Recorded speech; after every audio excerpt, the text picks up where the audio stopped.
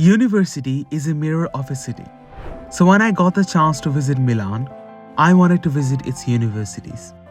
After my whole day of traveling in the city, I came to see a university which was one of the major hubs for Italy's Industrial Revolution, the oldest and the most prestigious University of Milan and the best of Italy.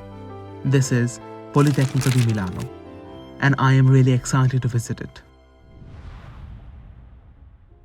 Politecnico di Milano is renowned for its engineering, architecture, and design departments, and is considered one of the leading technical universities in Europe. But when it was established by Francesco Brioschi in 1863, it started as a higher technical institute, not a university. It was the first of its kind. It was the first polytechnic in Italy, and it reshaped the Italian education system forever. The sun was racing in the sky when I came to Piazza Leonardo da Vinci. With limited time in my hand, I am trying to see every bit of this historical campus of Politecnico di Milano. I am in the Leonardo campus. It was inaugurated in 1927. Over the course of the decades, the campus has been expanded and created a genuine university quarter, commonly dubbed as City of Studies or Città Studi. With metro and tram stations nearby, it is an optimal location for students. The campus has every facility, from libraries to stadium. Students can experience everything. Campus Leonardo hosts the university's main management and administrative structures, such as rector's office and the governing bodies. Also, it has many STEM departments. As a STEM student, it has a certain appeal to me. Entering the first building, there was the career service and info point offices in the right and left side of the building. And in the middle, two staircases leads their way through the next floor. Opposite of the stairs, there was some text floating in the air. And through the texts, I saw some museum-type room. To me, one room introduced the creativity of university and the essence of Milan as a fashion capital, while the other room told me stories about the technical journey which helped to shape the world. Following the stairs, I found the Aula Magna of Politecnico di Milano. Aula Magna is a great hall where universities hold their special occasions. Whenever visiting universities in Italy, Aula Magna is always a must-watch. Now I am roaming around other buildings. It seems quite empty this hour, but I would find crowd later in a special place. Without knowing what to expect next is always exciting. Wandering these halls, which once hosted revolutionary people, still stands tall.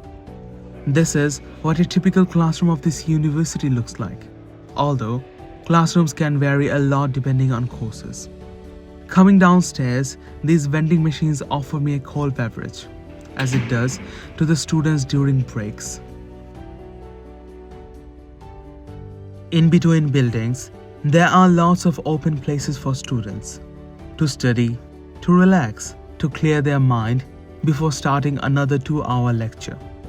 These open spaces are sprinkled around the whole campus. After watching these, I kinda miss my university campus. It's so interesting how a normal space becomes so meaningful to a person that it stays with them as memories throughout their life. End of this particular seating space was the Industrial Chemistry department. I wondered if sitting inside this department, Professor Giulio Natta did his research, which led him to win the Nobel Prize in Chemistry in 1963 for his work on polymers. And this department is named after him. His legacy lives through the next generations, inspires us all. Next to that building was Industrial Engineering department. As a student of the same department, I felt a different connection to this place. Moving on, I also saw the Experimental Physics department, which reminded me of my due physics assignment. Hopefully, I can finish in time. Something interesting caught my eyes near Carlo Erba Electrical Institution. These cars are being developed by students of Politecnico di Milano, with new automation driving features made it really interesting. At this hour, the university had a soothing, calm vibe to it, as it was getting ready for the next day. But there were still students keeping the spark alive.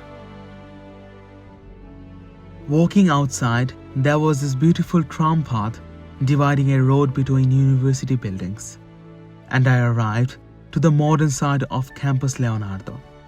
Having a dome so near to the university seemed like a perfect solution, and a supermarket within 3 minutes walking distance caters every need of student. In front of the dome, students were chilling out of this gorgeous bar. It felt like a citadel of students. After all, university souls are always students. Right in front of this was another academic building. Entering this building was this giant space kept open for students. It looked like a perfect place for study group sessions. Outside of this place was the library. I didn't go inside today, but from outside it looked really beautiful. The university kept expanding along the road. As I was walking, new buildings kept appearing, and every one of them was elegant.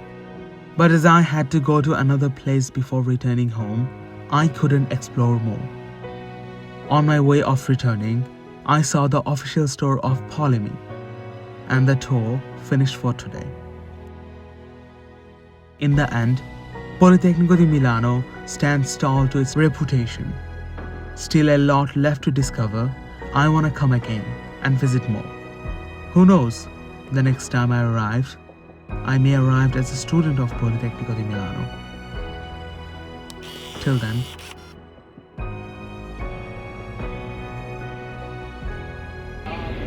if you like this video, watch this video about University of Padova, or watch that video about Milan.